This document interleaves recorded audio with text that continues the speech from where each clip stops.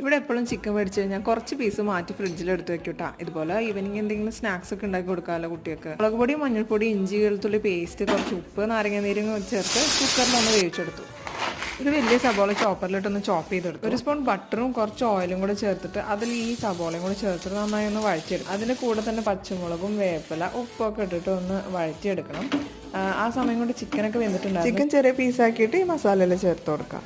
ഈ വഴറ്റുന്നതിൻ്റെ ഇടയിൽ ഇഞ്ചി വെളുത്തുള്ളി പേസ്റ്റ് കൂടെ ചേർത്തിട്ടുണ്ടായിരുന്നു. പക്ഷെ അത് വീഡിയോ എടുക്കാൻ വിട്ടുപോയി. പിന്നെ ചിക്കൻ വേവിച്ച് ആ വെള്ളം കൂടെ ഒന്ന് ഒഴിച്ചു കൊടുത്തിട്ട് അതൊന്ന് വറ്റിച്ചെടുക്കാം. കുറച്ച് കുരുമുളകും മല്ലിയിലയും കൂടെ ചേർത്ത ഫില്ലിങ് റെഡിയായി. കയ്യിലുണ്ടെങ്കിൽ മയണൈസും അതുപോലെ ടൊമാറ്റോ സോസും ഓരോ സ്പൂണും ചേർത്ത് കൊടുത്തിട്ട് ഒന്ന് മിക്സ് ചെയ്ത് വെക്കാം. 2 ബ്രെഡ് പീസ് എടുത്തിട്ട് ഇതുപോലെ ബട്ടർ ഒന്ന് നന്നായിട്ട് 2 സൈഡിലും തേച്ച് കൊടുക്കുക. ഈ ഫില്ലിങ് ഒന്ന് ഫില്ല് ചെയ്ത് കൊടുക്കുക.